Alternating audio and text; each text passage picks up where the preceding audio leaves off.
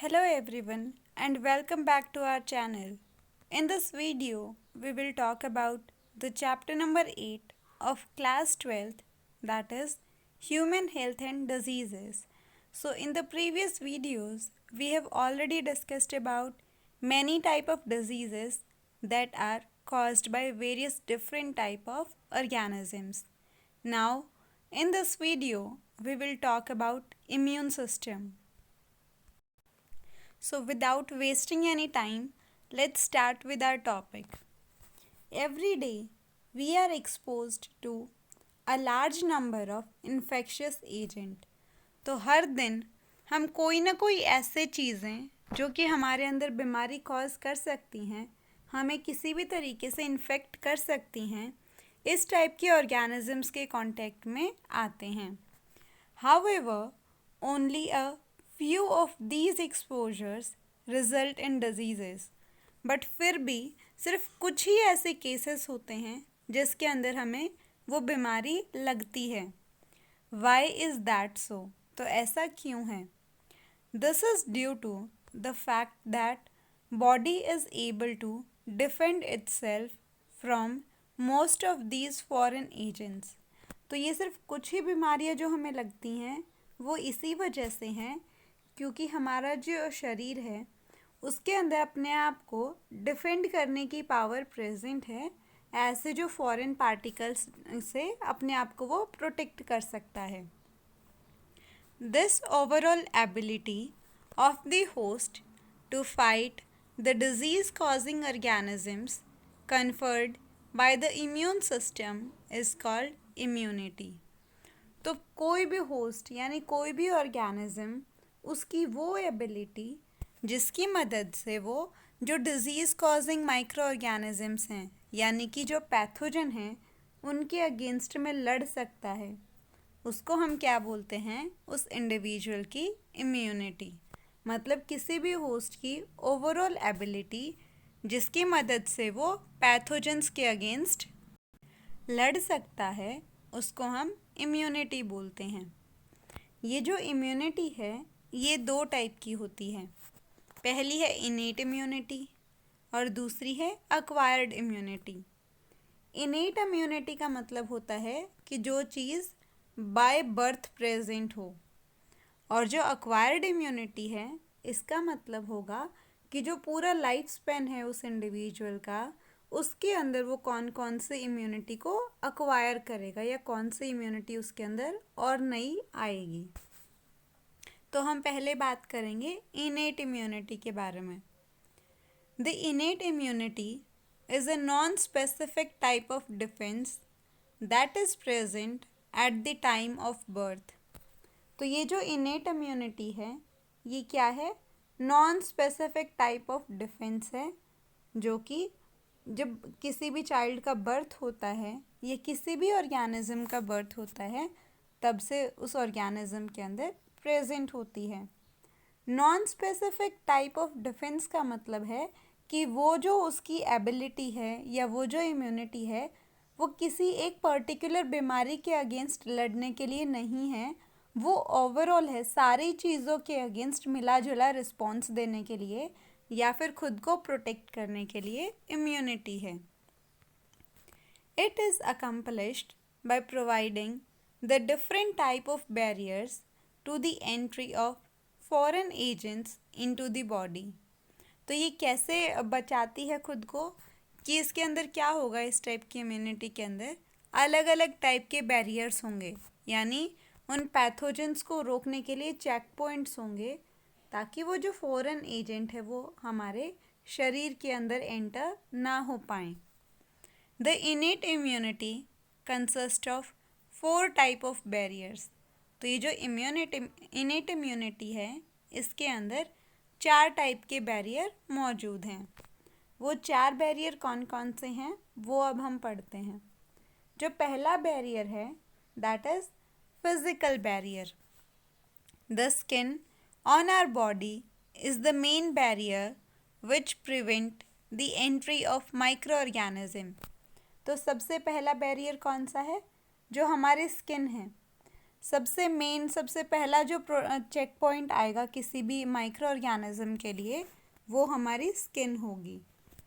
The mucus coating of the epithelial lining of respiratory, gastrointestinal or urogenital tract also help in trapping microbes entering our body। इसके अलावा जो epithelial lining होंगी, चाहे वो respiratory की हो, चाहे वो गैस्ट्रोइंटेस्टिशियल ट्रैक्ट की हो, या फिर वो यूरोजेनाइटल ट्रैक्ट की हो, वहाँ पे म्यूकस की कोटिंग प्रेजेंट होगी ताकि जो माइक्रो ऑर्गेनिजम्स हमारे शरीर के अंदर एंटर हो रहे हैं उनको उस म्यूकस की हेल्प से वहीं पे ट्रैप कर लिया जाए और वो आगे और फर्दर हमारी बॉडी के अंदर कहीं मेन पार्ट के अंदर एंटर ना हो पाए। तो जो फिज़िकल बैरियर है वो सबसे पहला कौन सा है? स्किन है। इसके अलावा और कौन कौन सा है? जो एपिथेलियल लाइनिंग होगी रेस्पिरेटरी, गैस्ट्रोइंटेस्टिशियल और यूरोजेनाइटल ट्रैक्ट की, उनके अंदर म्यूकस की कोटिंग होगी और ये दोनों क्या हैं? फिज़िकल बैरियर हैं। यानी कि ये ओवरऑल ऑलमोस्ट हर एक के अगेंस्ट सेम डिफेंस शो कर रहे हैं। किसी एक कोई एंटीजन या पैथोजन स्पेसिफिक ये नहीं है।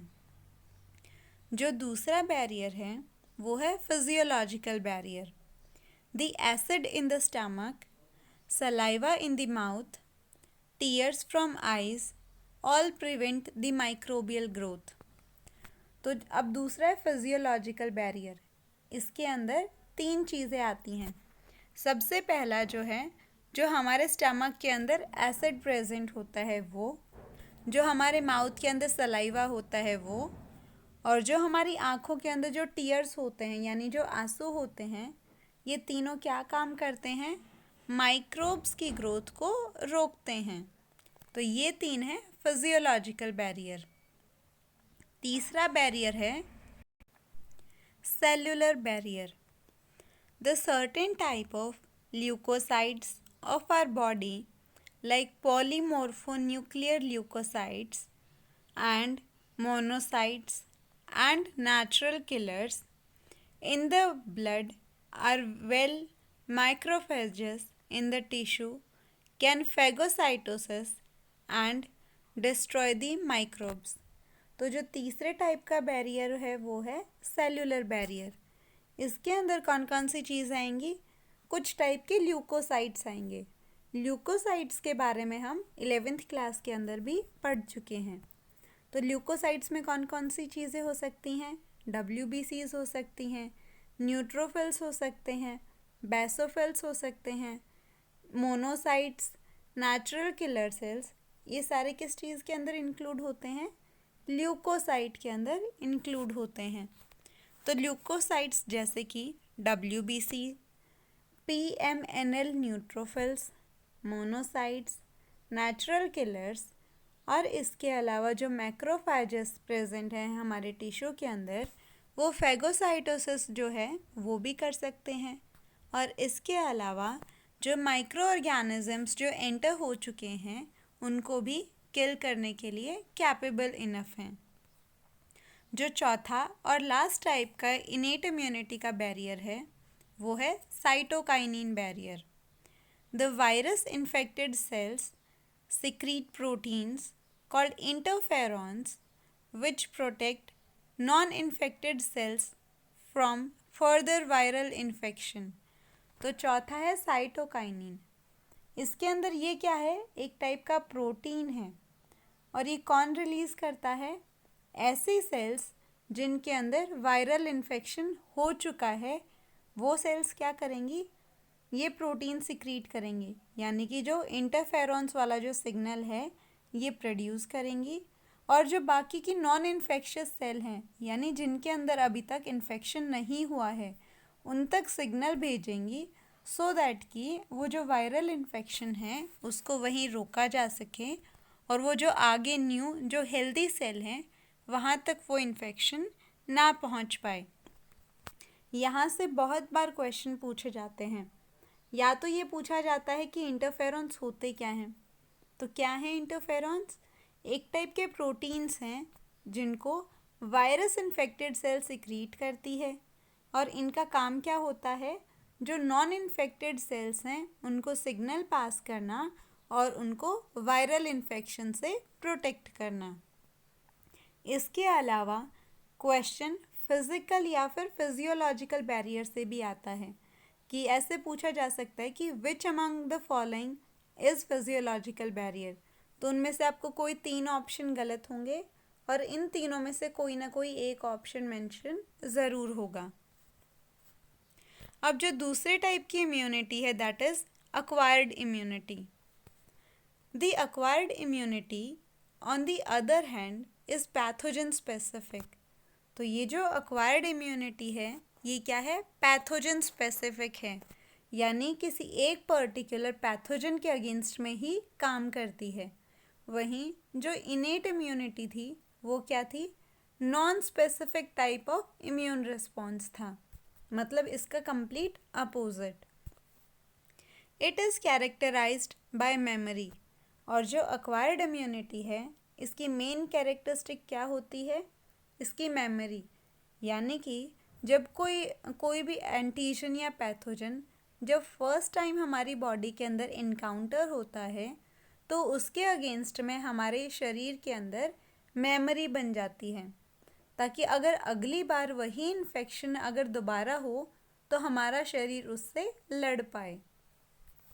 This means that our body when it encounters a pathogen for the first time produce a response called the primary response which is of low intensity।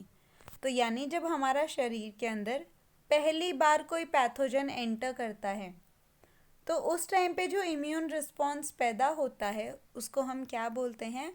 Primary immune response, जो कि कम intensity का होता है, यानी थोड़ी कम पावर का होता है।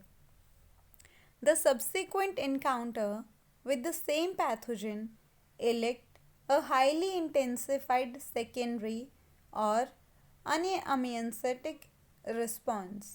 तो अगर वही पैथोजन अगर दोबारा हमारे शरीर के अंदर एंटर करेगा तो इस टाइम पे जो हाई इंटेंसिटी वाला जो रिस्पॉन्स है हमारे शरीर के अंदर वो प्रोड्यूस होगा। It is ascribed to the fact that our body appears to have the memory of first encounter। तो ये जो सेकेंडरी रिस्पॉन्स है ये हाई इंटेंसिटी का क्यों हुआ? क्योंकि जब उस वायरस ने फर्स्ट टाइम एनकाउंटर किया हमारे शरीर के अंदर तो हमारे शरीर में उसके अगेंस्ट में मेमोरी बन चुकी है। हमारा शरीर उस एंटीजन या पैथोजन को पहचान रहा है ताकि जब अगली बार वो आए तो उसको और अच्छे से वो फाइट अप कर सके।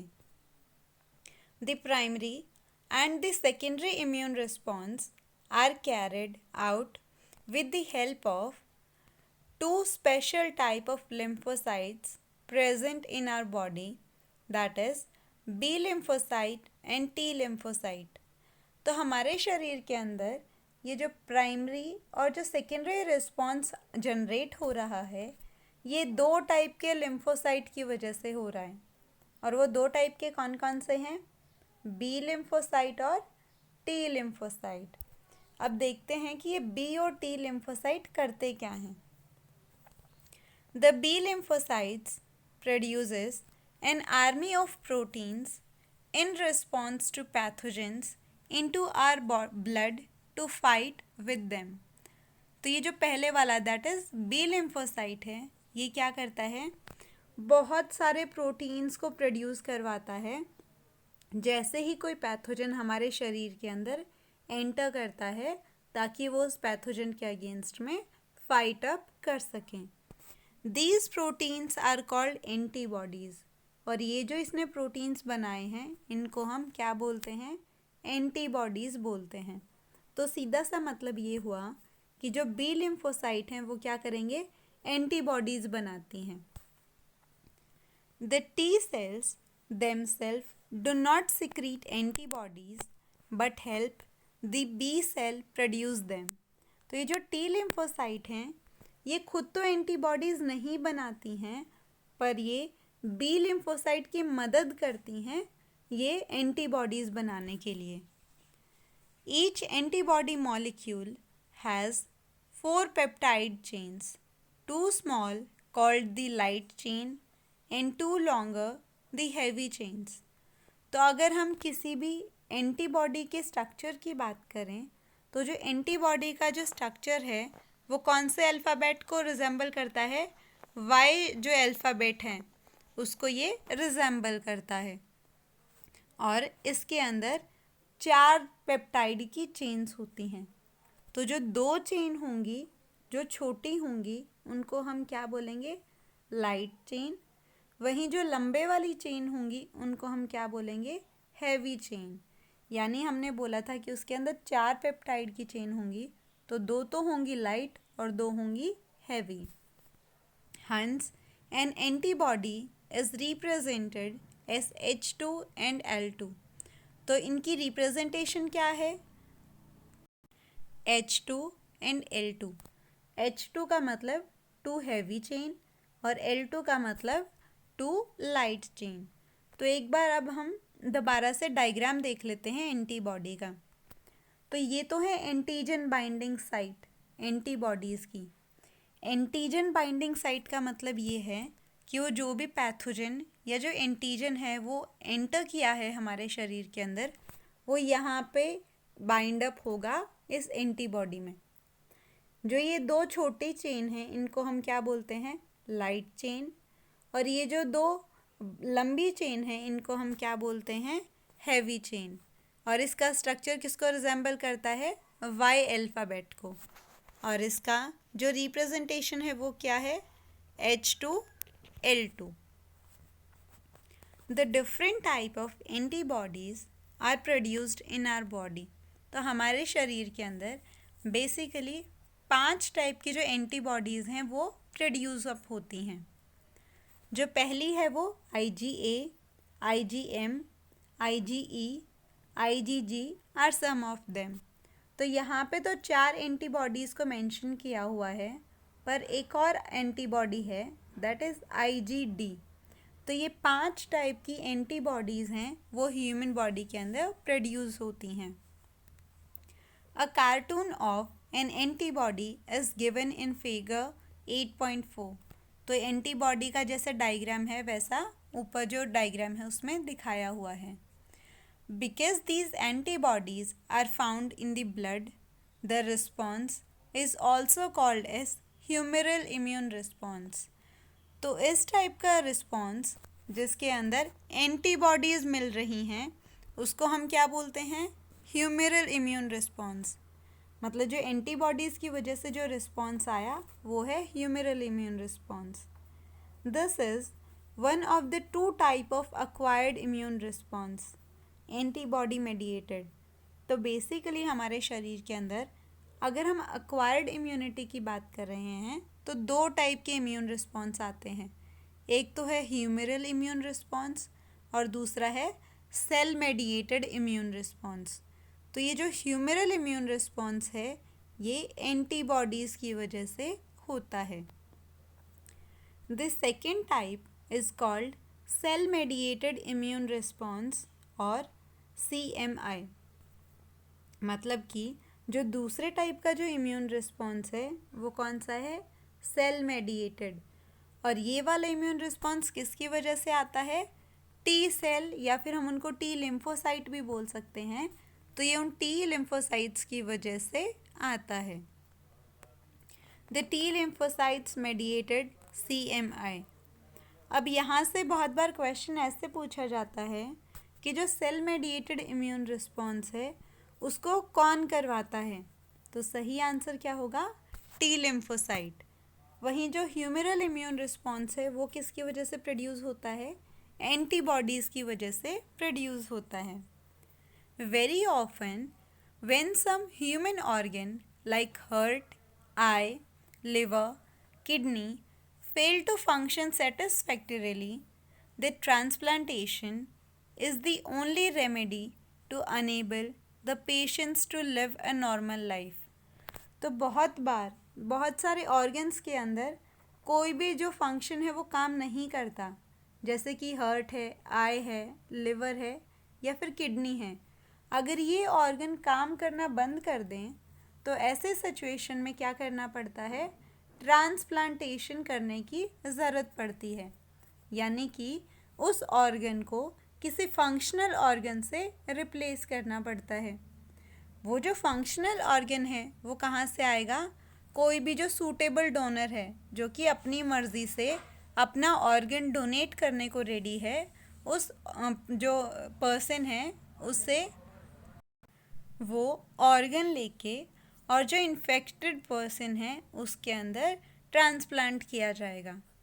Why it is that organ can't be taken from just anybody. तो ऐसा क्यों होता है कि जो ऑर्गन है हम वो किसी भी इंसान से क्यों नहीं ले सकते, क्यों हमें एक परफेक्ट डोनर की ही ज़रूरत पड़ती है। What it is that the doctors check. तो ऐसा क्या है जिसको डॉक्टर बोलते हैं कि ये एक सूटेबल डोनर है।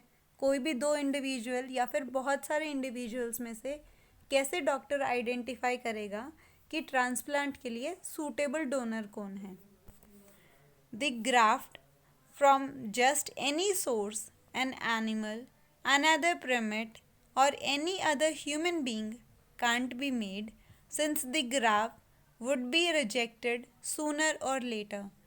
तो ये जो बोल रहे हैं कि सूटेबल डोनर से क्यों लेना पड़ता है, वो इसलिए ज़रूरी है क्योंकि वो अगर ऑर्गन हमने किसी सूटेबल डोनर से, मैचिंग डोनर से अगर नहीं लिया तो हमारी बॉडी क्या करेगी, उसको रिजेक्ट कर देगी। आज नहीं तो 2 साल बाद, 3 साल बाद, मतलब कभी भी लाइफ ड्यूरेशन में वो उसको रिजेक्ट कर सकती है अगर वो डोनर मैच नहीं किया है तब। The tissue matching, blood group matching are essential for before undertaking any graft transplant, and even after this the patient has to take the immunosuppressant all his or her life। तो जो कोई भी organ transplant करने से पहले tissue की matching की जाती है, जो दोनों इंडिविजुअल्स हैं उनके ब्लड ग्रुप को मैच किया जाता है। ये बहुत असेंशियल हैं और इतना सब कुछ करने के बाद भी वो जो पेशेंट है उसको इम्यूनोसप्रेसेंट दिए जाते हैं। इम्यूनोसप्रेसेंट का मतलब होता है ऐसे ड्रग्स जो कि हमारे इम्यून सिस्टम को वीक कर रहे हैं। The body is able to differentiate self and non-self, and the cell-mediated immune response is responsible for graft rejection। तो ये जो लाइन है ये पूरे जो ऊपर क्वेश्चंस हैं उन सब का आंसर है कि हम ऐसे ही किसी से क्यों नहीं ले लेते हैं कोई भी ऑर्गन, क्योंकि जो किसी भी इंडिविजुअल की जो बॉडी है वो सेल्फ और नॉन सेल्फ के बीच में डिफ्रेंशिएट कर सकती है। कोई भी बॉडी ये पहचान सकती है कि ये मेरा ऑर्गन है कि नहीं है, और इसके लिए कौन रिस्पॉन्सिबल है, सेल मेडिएटेड इम्यून रिस्पॉन्स, जो कि टी लिम्फोसाइट की मदद से होता है। यहाँ बहुत इम्पॉर्टेंट क्वेश्चन है और यहाँ पे हर बार क्वेश्चन रिपीट होता है यहाँ से कि जो ग्राफ्ट रिजेक्शन है उसके लिए कौन रिस्पॉन्सिबल है। या तो आपको ये जो इम्यून रिस्पॉन्स वाला है ऑप्शंस ये मिल सकते हैं कि सेल मेडिएटेड इम्यून रिस्पॉन्स या फिर ह्यूमरल इम्यून रिस्पॉन्स या फिर कोई और दो ऑप्शन, तो उनमें से सही कौन सा होगा, सेल मेडिएटेड इम्यून रिस्पॉन्स। पर अगर वहीं आप ऑप्शंस में आपको बी लिम्फोसाइट या टी लिम्फोसाइट्स वगैरह पूछे गए हों तो सही आंसर क्या होगा, टी लिम्फोसाइट की वजह से ग्राफ्ट रिजेक्शन होता है। तो एक बार हम लोग रिवाइज कर लेते हैं अभी तक कि हमने क्या क्या पढ़ा है। जो इम्यूनिटी है वो कितने टाइप की है, 2 टाइप की है, इनेट और अक्वायर्ड। इनेट बाय बर्थ प्रेजेंट होती है, जो अक्वायर्ड है वो लाइफ टाइम में धीरे धीरे आती है कि जैसे जैसे पैथोजन इनकाउंटर होते जाते हैं। जो इनेट इम्यूनिटी है वो नॉन स्पेसिफिक टाइप का डिफेंस सिस्टम प्रोड्यूस करती है। और ये बर्थ के टाइम से ही प्रेजेंट होती है। जो इनेट इम्यूनिटी है इसके अंदर 4 बैरियर होते हैं। पहला है फिजिकल, फिजियोलॉजिकल, सेलुलर और साइटोकाइनिन बैरियर। जो फिजिकल है उसके अंदर 2 चीज़ें आएंगी।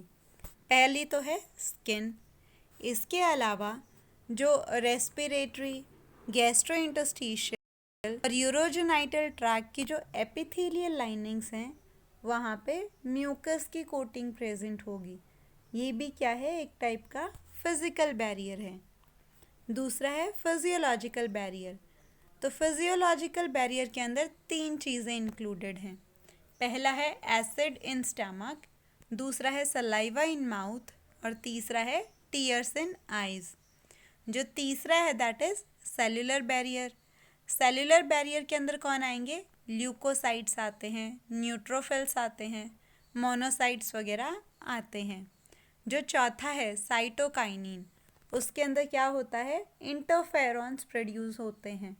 इंटरफेरॉन्स क्या होते हैं, वो प्रोटीन है जो कि इन्फेक्टेड सेल सिक्रीट करती है ताकि जो अगली हेल्दी सेल्स हैं उनको सिग्नल पास किया जा सके और उनको इन्फेक्शन से बचाया जा सके। जो दूसरे टाइप की इम्यूनिटी हमने पढ़ी थी वो थी एक्वायर्ड इम्यूनिटी। ये क्या है, पैथोजन स्पेसिफिक होती है। इसकी कैरेक्टरिस्टिक क्या है, मेमोरी बनती है इस टाइप के सिस्टम में। जब भी कोई बॉडी के अंदर पैथोजन फर्स्ट टाइम के लिए इनकाउंटर करता है तो जो रिस्पॉन्स पैदा होता है उसको हम क्या बोलते हैं, प्राइमरी इम्यून रिस्पॉन्स। ये किसका होता है, लो इंटेंसिटी का होता है। पर अगर सेम इनकाउंटर दोबारा भी बॉडी के अंदर आए तो कौन सा रिस्पॉन्स आएगा, सेकेंडरी रिस्पॉन्स आएगा और वो क्या होगा, हाई इंटेंसिटी का होगा। क्यों होगा ऐसा हाई इंटेंसिटी का, क्योंकि जो फर्स्ट इनकाउंटर था एंटीजन का हमारी बॉडी के साथ तब मेमोरी सेल्स जनरेट हो गई थी और उन्हीं की वजह से ये हाई इंटेंसिटी का जो रिस्पॉन्स है वो हमारा शरीर प्रोड्यूस कर पाया। ये जो प्राइमरी और सेकेंडरी रिस्पॉन्स हैं वो 2 टाइप के लिम्फोसाइट्स की वजह से जनरेट होता है। वो 2 लिम्फोसाइट कौन कौन से हैं, बी लिम्फोसाइट और टी लिम्फोसाइट। जो बी लिम्फोसाइट हैं वो एंटीबॉडीज़ को प्रोड्यूस करते हैं, वहीं जो टी लिम्फोसाइट हैं वो बी लिम्फोसाइट की मदद करते हैं एंटीबॉडीज़ बनाने के लिए। ये जो एंटीबॉडीज़ हैं ये किस चीज़ की बनी होती हैं, 4 पॉलीपेप्टाइड चेन्स की मिलके बनी होती हैं। 2 तो इनमें क्या होंगी, स्मॉल होंगी और उनको हम क्या बोलेंगे, लाइट चेन्स बोलेंगे। वहीं 2 इनके अंदर लार्ज होंगी और उनको हम क्या बोलेंगे, हैवियर चेन। इनका जो फॉर्मूला होगा वो क्या होगा, H2L2। जो अलग अलग टाइप की एंटीबॉडीज़ हैं वो कौन कौन सी हैं, IgA, IgM, IgE, IgG और IgD। जो रिस्पॉन्स बी लिम्फोसाइट की वजह से बनता है उसको हम क्या बोलते हैं, ह्यूमेरल इम्यून रिस्पॉन्स। और जो रिस्पॉन्स टी लिम्फोसाइट की वजह से बनता है उसको हम क्या बोलते हैं, उसको हम बोलते हैं सेल मेडिएटेड इम्यून रिस्पॉन्स। ये जो सेल मेडिएटेड इम्यून रिस्पॉन्स है ये किस चीज़ के लिए रिस्पॉन्सिबल होता है, ग्राफ्ट रिजेक्शन के लिए रिस्पॉन्सिबल होता है जब ट्रांसप्लांटेशन होता है। ट्रांसप्लांटेशन में क्या होता है कि अगर कोई ऑर्गन किसी इंडिविजुअल का ख़राब हो जाता है तो उस टाइम पे किसी सूटेबल डोनर से जो उसका ऑर्गन है वो लिया जाता है और जो पेशेंट है उसकी बॉडी में ट्रांसफ़र कर दिया जाता है। तो अगर बहुत बार क्या होता है कि वो जो पेशेंट की बॉडी है वो उस ऑर्गन को एक्सेप्ट करने से मना कर देती है, रिजेक्ट कर देती है उस ऑर्गन को, वो उसी को हम ग्राफ्ट रिजेक्शन बोलते हैं। ये जो ग्राफ्ट रिजेक्शन है ये किसकी वजह से होता है, सेल मेडिएटेड इम्यून रिस्पॉन्स की वजह से होता है। यानी कि टी लिम्फोसाइट इसके लिए रिस्पॉन्सिबल होती हैं। ग्राफ्ट रिजेक्शन में होता क्या है कि जो पेशेंट का जो शरीर है वो सेल्फ और नॉन सेल्फ के बीच में डिफरेंशिएट कर लेता है, यानी कि जो उसकी बॉडी का जो ऑर्गन होगा उसके और जो डोनर की बॉडी का जो ऑर्गन है उसके बीच में डिफरेंशिएट कर लेता है। और अगर उसको फॉरेन पार्टिकल लगता है, अगर वो दूसरा ऑर्गन, तो वो उसको रिजेक्ट कर देता है।